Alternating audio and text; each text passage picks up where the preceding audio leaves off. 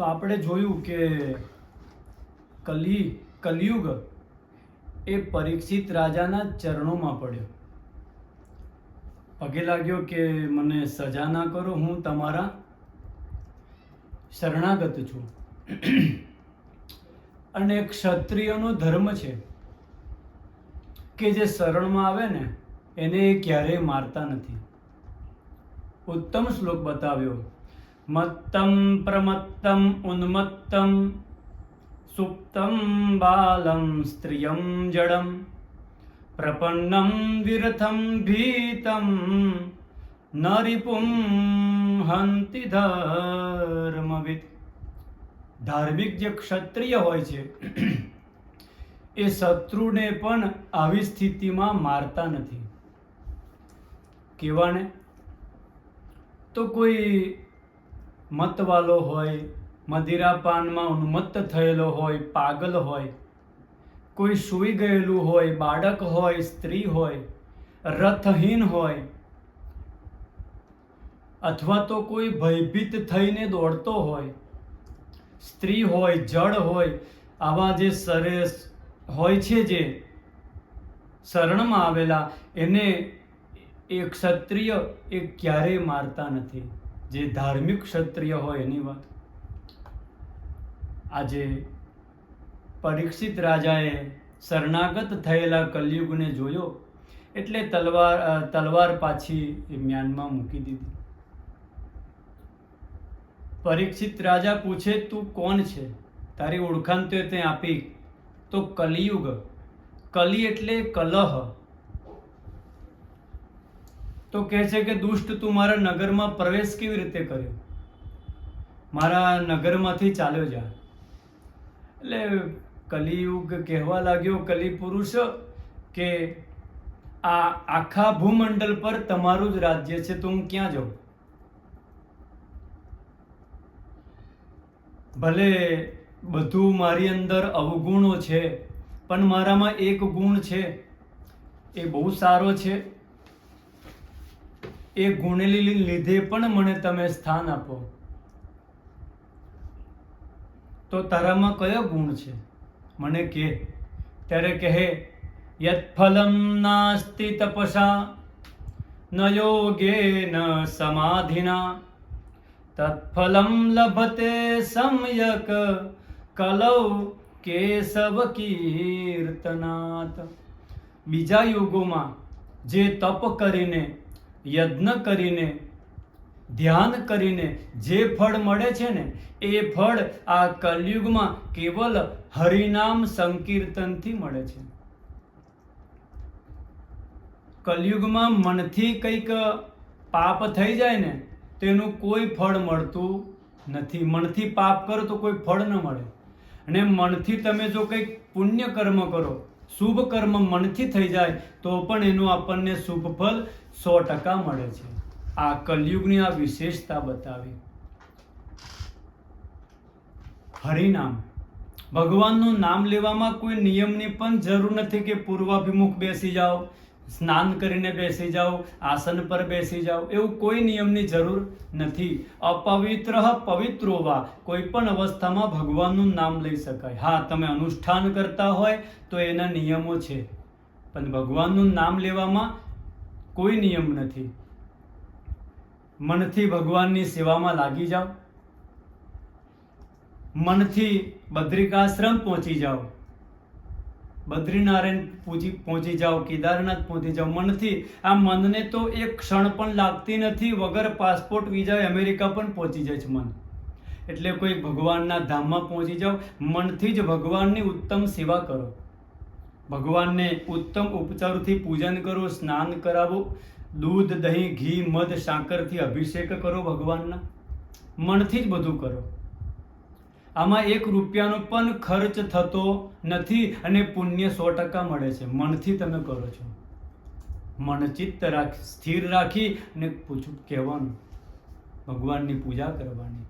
અરે આપણા શંકરાચાર્યજી તો બહુ સુંદર કહે છે કે હે ભોલે બાબા, હું તમારા માટે કોઈ મોટું દેવાલય બાંધી શકું એવી હું સમર્થ નથી. આ મારા દેહને જ મેં દેવાલય બનાવ્યું છે. ત્યારબાદ કહે છે કે મેં તમને આત્મા રૂપે હૃદયમાં બિરાજિત કરેલા છે. જે તમારી શક્તિ પાર્વતી એને મેં બુદ્ધિ રૂપે મારા મનમાં રાખેલી છે. એ મનમાં એ પાર્વતીને પણ મેં રાખેલી છે. મારા શરીરના જે 5 પ્રાણ છે, પ્રાણ, અપાન, વ્યાન, ઉદાન અને સમાન, એ 5 એ તમારી પંચાયત છે. મારા શરીરમાં તમારી જે શિવ પંચાયત કહેવાય એ છે. આ દેવાલયમાં હું પૂજા તમારી કેવી રીતે કરું છું ખબર છે તમને? હું જે દિવસમાં જે કંઈક ખાઉં છું ને એ બધું અંદર મારા દેહમાં હું ચઢાવતો જ રહું છું. એ બધું ચઢાવીને હું તમારી સેવા કરું છું. હું દિવસ દરમિયાન જે કંઈક બોલું છું એ બધું જ હું તમારી સ્તુતિ અને પાઠ કરું છું. જે બોલું છું તમારી સ્તુતિ જ થાય છે પ્રભુ. હું આખો દિવસ જે હલન ચલન કરું છું, ચાલું છું ને એ તમારી હું પરિક્રમા કરું છું. અને રાત્રે જે આંખો બંધ કરીને હું સૂઈ જાઉં છું ને એ હું તમારી સમાધિ કરું છું. આ બધું મનથી કરવાનું છે. આમાં 1 રૂપિયાનો પણ ખર્ચો નથી. જે કંઈક હું કર્મ કરું છું ભોલે બાબા એ બધું જ હું તમારી આરાધના કરું છું. આત્મા ત્વમ ગિરિજામતિં સહચરા પ્રાણા શરીરમ ગૃહમ પૂજા તે વિષયો પર્વુગ રચના નિદ્રા સમાધિ સ્થિતિ સંચારઃ પદયો પ્રદક્ષિણ વિધિ સ્તોત્રાણિ સર્વા ગિરો યદ્યત કર્મ કરોમિ તત્તદખિલમ શંભો તવારાધનમ. આ બધી જ તમારી આરાધના છે પ્રભુ. હવે આમાં શું ખર્ચો થાય બોલો? મનથી જ બધું કરવાનું છે. આ મનથી તમે જે કંઈક પુણ્ય કર્મ કરો છો ને એનું સારું ફળ મળે છે.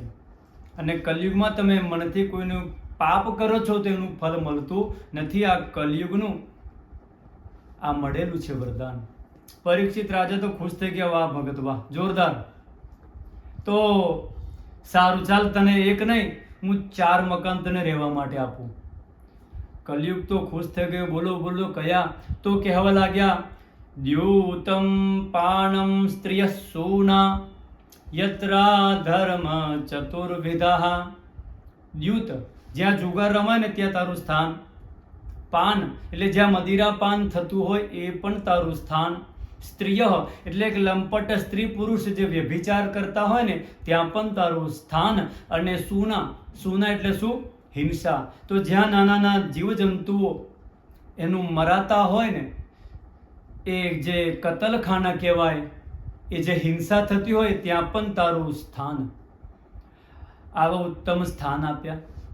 એટલે કલયુગ પગે લાગે. કલિ પુરુષ કે રાજા બહુ સારા સ્થાન આપ્યા. આ તો મારું જેવું તમે કર્મ જોયું એવા સ્થાન આપ્યા, તો કોઈ સારું સ્થાન પણ મને આપો. તો બોલ તારે શું જોઈએ? તારે કે પુનશ્ચ યાચમાનાય જાત રૂપા મદાત પ્રભુ. જા તને સુવર્ણમાં પણ તને સ્થાન આપ્યું. સુવર્ણમાં સોનું. જાત રૂપ એટલે લક્ષ્મી, સુવર્ણ, એને એમાં પણ સ્થાન આપ્યું. તો વિચાર કરીએ કે આ સુવર્ણમાં કલયુગ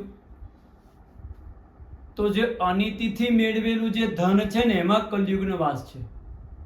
અને બીજું કે જે કંઈક સંપત્તિ હોય, સુવર્ણ હોય, એ ઠાકોરજીને સ્પર્શ કરાવી અને પછી પ્રસાદી રૂપે તમે આરોગો કે એને ધારણ કરો તો એનું તમને ભગવાનની વિભૂતિ ગણાય. ગીતાજીમાં ભગવાને કહેલું છે કે સુવર્ણ જે ધાતુઓ છે ને એમાં સુવર્ણ એ મારી વિભૂતિ છે. એટલે આમ સામાન્ય વિચાર કરીએ, કોઈ માણસ ભગવાનને ધરાવવા માટે કંઈક લઈ જતા હોય તો કે શું લઈ જતો? કે દાળ ભાત શાક લાડુ ભગવાનને ધરાવવા માટે. ભગવાનને ધરાવ્યું ને પછી લઈને આવે, એને પૂછે કે શું લઈને આવે તો શું કહેશે? નામ નહીં બોલે, કહેશે પ્રસાદ છે. ખરેખર આમાંથી થાળીમાંથી કશું ઓછું થતું નથી, પણ એને શું કહેવાય છે? પ્રસાદ કહેવાય. આખો ભાવ બદલાઈ જાય છે. એ જ રીતના ભગવાનને અર્પણ કરી અને તમે ઘરેના સુવર્ણ ધારણ કરો, એ ભગવાનની પ્રસાદી છે. એમાં કલયુગનો અંદર સમાવેશ હોતો નથી. આમ કલયુગને ઉત્તમ સ્થાન આપ્યું. પરીક્ષિત રાજા તો પોતાના મહેલમાં આવ્યા. એક વખતે રાજા પરીક્ષિત એ શિકાર કરવા માટે ગયા છે વનમાં. શિકાર કરવા ગયા, સાયંકાલ થયો, રસ્તો ભૂલા પડ્યા, સૂર્યાસ્ત સમય થયો, તરસ લાગી. એક શોધતા શોધતા એક આશ્રમમાં આવ્યા. ત્યાં મોટી કુટિયા જોઈ, ત્યાં બૂમ પાડી, કોઈ છે અંદર? અવાજ ન આવ્યો.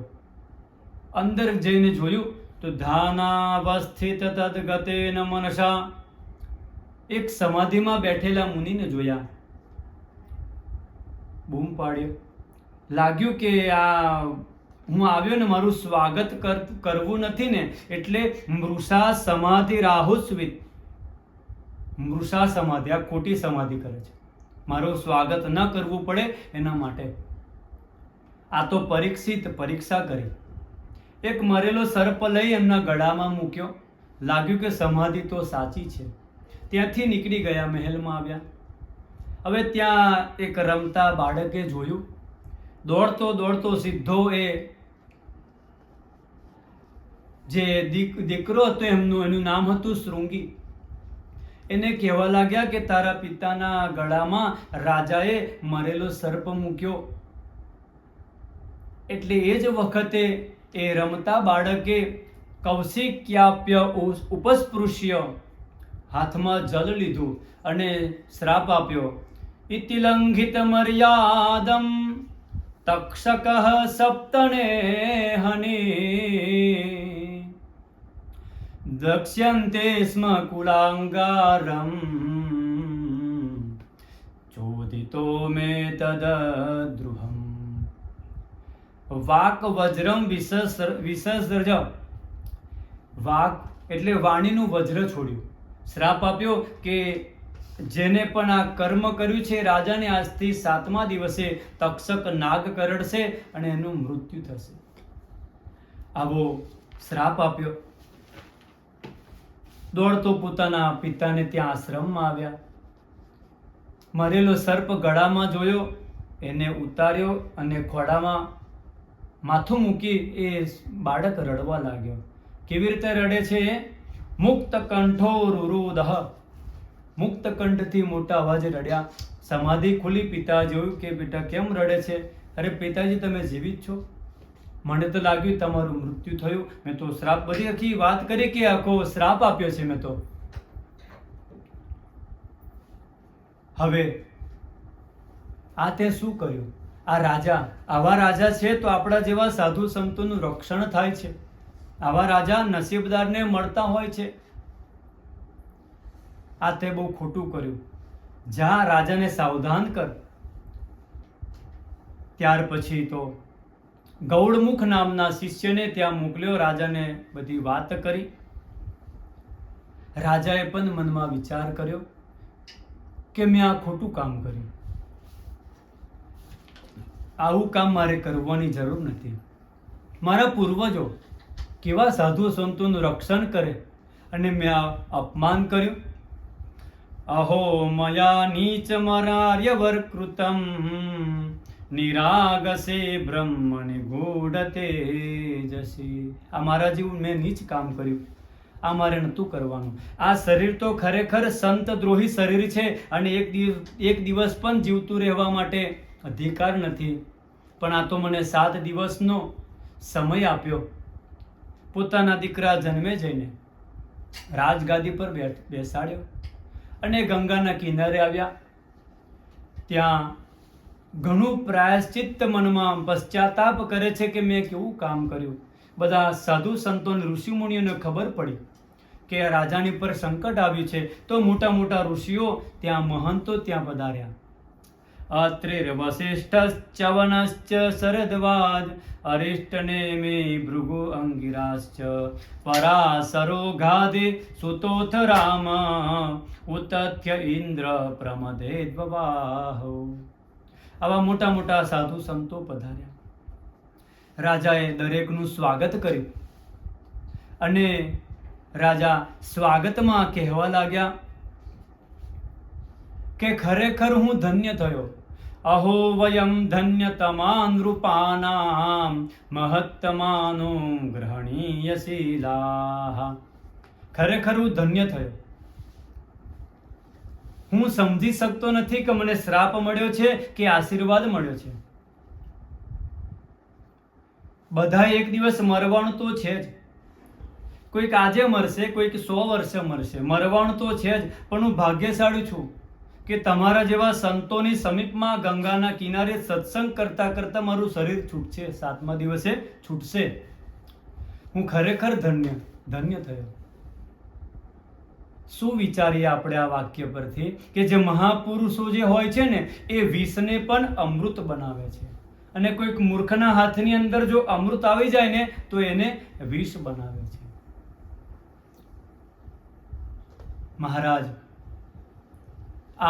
મહારાજ પરીક્ષિત આજે આ શ્રાપને આશીર્વાદના રૂપમાં જુએ છે. પૂછવા લાગ્યા કે મારા જેવા અમૃતપાય મનુષ્યો એનું કર્તવ્ય શું છે? આવું પૂછે જ છે. એ જ સમયે તત્રાપવદ ભગવાન વ્યાસપુત્રો યદૃચ્છયાગામ મટમાનોનપેક્ષ અલક્ષ્યલિંગો નિજલાભતુષ્ટો વૃતશ્ચ બાલૈર અવધૂત વેશ.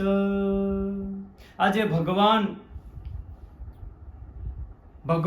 પોતે સુખદેવના સ્વરૂપમાં આજે પરીક્ષિતના રક્ષણ કરવા માટે, એનો ઉદ્ધાર કરવા માટે આજે આ ગંગાના કિનારે પધાર્યો. ત્યારબાદ પરીક્ષિત રાજા એ 2 પ્રશ્ન કરે. તો કયા પ્રશ્ન કરે? તો સૌ પ્રથમ કહે યેષાં સ્મરણાત પુંસાં સદ્ય શુદ્ધ્યતિ વૈ ગુહાઃ કિમ પુનર્દર્શન સ્પર્શ પાદ સંચાસનાદિભિઃ. તમારા જેવા સંતોના સ્મરણ કરવા માત્રથી જ બધાના પાપ ધોવાઈ જાય છે, બધાના જીવ શુદ્ધ થાય છે. તો પછી તમારા જેવાના દર્શન, તમારા જેવાના ચરણના સ્પર્શ, એમાં કલ્યાણ થાય, એમાં તો શું સંદેહ કરવાનો.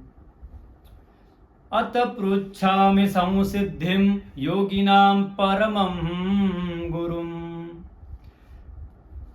તમારા જેવા તમે તો યોગીઓના પણ પરમ ગુરુ છો, તો કૃપા કરીને કહો યત શ્રોતવ્યમ મૃથોજપ્યમ યત કર્તવ્યમ નૃભિ પ્રભો સ્મર્તવ્યમ ભજનીયમ વા બ્રૂહ્યદ વા વિપર્યયમ. આ મ્રિયમાણ મનુષ્ય એને શું કરવું? કોને સાંભળવાના? કયા ભગવાનના નામના જપ કરવાના? એનું કર્તવ્ય શું છે અને એનું અકર્તવ્ય પણ શું છે? આ બધું જ મને સમજાવો.